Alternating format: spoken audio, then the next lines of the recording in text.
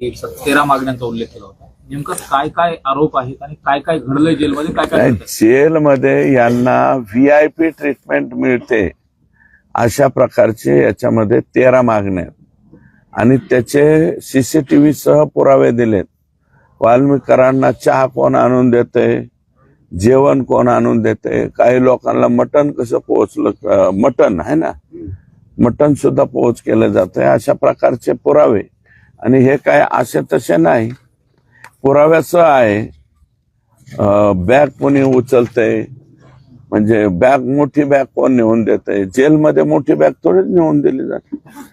म्हणजे बॅग मधल्या तुम्हाला सवलती ज्या आहेत, सवलती VIP सवलती देण्यात येत आहेत आणि त्याचे CCTV मध्ये बंदिस्त झालेले.